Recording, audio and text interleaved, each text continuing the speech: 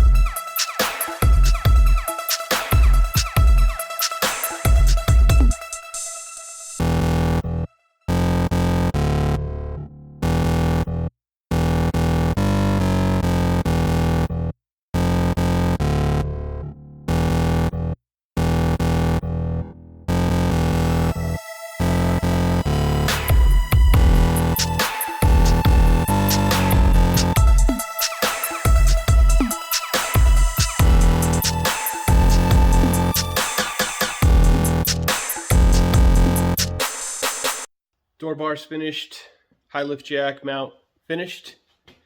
Take a look. So welded at the front of the cage, welded at the back here. Tried to kind of tie in the look with the elevation of the harness bar. Came out pretty good. I'm still thinking, I feel like you need something else like below it to just make it look more doorish. So maybe a second bar that, you know, comes down or something. I don't really have time for that at all right now. Here's the high lift jack. That went on pretty well. It's got these nice little plastic nut attachments so you can take it on and off without having to get out your tools. Next thing, I'm going to try to see if I can figure out a way to build a hinge for this door, because it is a huge pain to get in and out of the driver's seat with this door bar in the way. So gonna see what I can come up with for a hinge, and if I can't come up with anything, then I guess this is what we're going with. But my goal today is to see if I can at least develop some type of a hinge system so that I can get in and out of this car a little bit easier. Okay, so this is what I've come up with. I made myself just a cardboard template of what I felt like the hinge size needed to be. I used the diameter of the tubing to kind of determine this length of the base of the hinge so that it was kind of going to use most of that circle. So cut out 2 of these out of this thinner, thick steel, and then 1 out of this big boy, 1/2 inch, whatever thickness that was, just a couple pieces of scraps that I had. So cut the basic shape out, then come back, round them off so that they match. So I welded them together, you can see the tacks, welded them together, rounded them off so they match. The centerpiece is not as critical to match, so it's actually just a tiny bit longer, which is fine. Then I cut out these circles, which are going to be kind of the end caps, which would fit right on the end of those 1 3/4 tubes. And the thought is, I'll come back, center these up, and weld the 2 bottom pieces onto one side, and then flip the whole thing over and weld the other side to the center of this plug. And then once this is all one unit, I would take this whole unit over,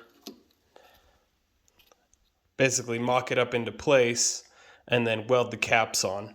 I'm thinking I'm going to add a little plug of pipe or tubing onto the other end that sticks inside of the tube, because when you're looking at it from the side, if there was any type of an impact or whatever, you'd probably want some strength to just keep that from just clipping right off. So I think I'm going to come back with a smaller diameter piece of tubing and weld that on the back as well, just to give myself some interior strength. But I think it will work, but there's probably something very obvious that I haven't thought of, but we'll give it a try. So this is what the final product ended up looking like. Welded the best I could, and then ground down some of the stuff that was sticking outside of the plug here. So it hinges well. So I think the next thing really is to take this and just kind of decide where it's going to go in relation to the door bar. And then I think I want it to kind of angle out. I don't know that it makes sense to have the bar going straight up. I think that might look kind of dumb, number one. And number two, I'm afraid it's going to hit my light here. So I'll probably angle that out just a touch. Then we just need to decide, I guess, this has to be able to come back to the point where it will hold itself up without hitting any of this other stuff, the mirror or the light.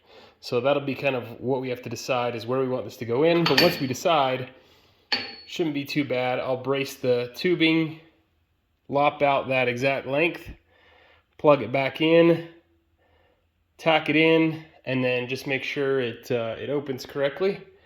And then we should be good to weld that in, and then we'll have a hinge. And then as far as the top side, at the moment I've just got a piece of tubing that was smashed, and I just split it open, and I'm going to use it. You can see it fits pretty tight on there. It'll even hold itself. So I think what I'll do is when I cut this, at least for now, I'm going to come back and like weld one side, and then it'll be kind of a tray. This is probably too long, but it'll be like a tray for that to come and sit in. I'm not sure how that will latch at the moment, but at least for now, this will let me make these cuts, and then I can weld this in place on the back side, and then it can set in here while I test out the hinge direction. So I'm gonna have to do some thinking on this. It'll probably be tomorrow. Come back and make some decisions and then make some cuts. So we got the section of tubing cut out where the hinge needs to go. The pink mark there is kind of the reference mark for me as to the direction the hinge needs to travel to get the tubing to clear the mirror and the light. So basically now I've got both these ends of the hinge cut. I've got to slide them into place. That's actually backwards from the way it's going to go. So both of those will kind of slide into place. I'll get them aligned. I'll put the bolt through it, tack it into place, and then I'll need to cut the other end here, make a slice so I could actually check the hinge angle. And as long as the hinge angle's good, then we should be good to weld that in. Okay, everything's in and tacked up. I really don't know the angle. It's so hard to tell exactly where that's gonna land and if I'm gonna like it or not. But I'm to the point now where I've got to commit and make a cut. So as soon as I cut this, I should be flowing on these hinges. So having a hard time committing just because I don't know my latch system yet, so I don't know how much room I need on either side of these, but I feel like it would look cooler to have more after the 45 than to have less.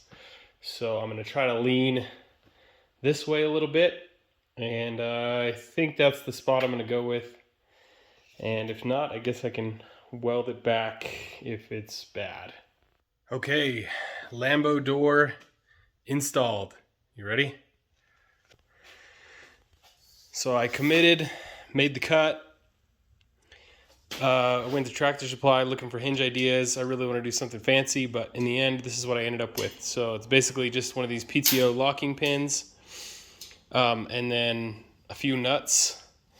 I don't know, this is probably not a long-term solution, but I've got like a couple hours left in today, and then I'm leaving in the morning. So this way, the locking pin goes through, 2 nuts on each side, helps to kind of stabilize it. So when you can see, there's a little bit of slop, but not much. So that just pulls out, and then underneath it, just a little tab that just catches it.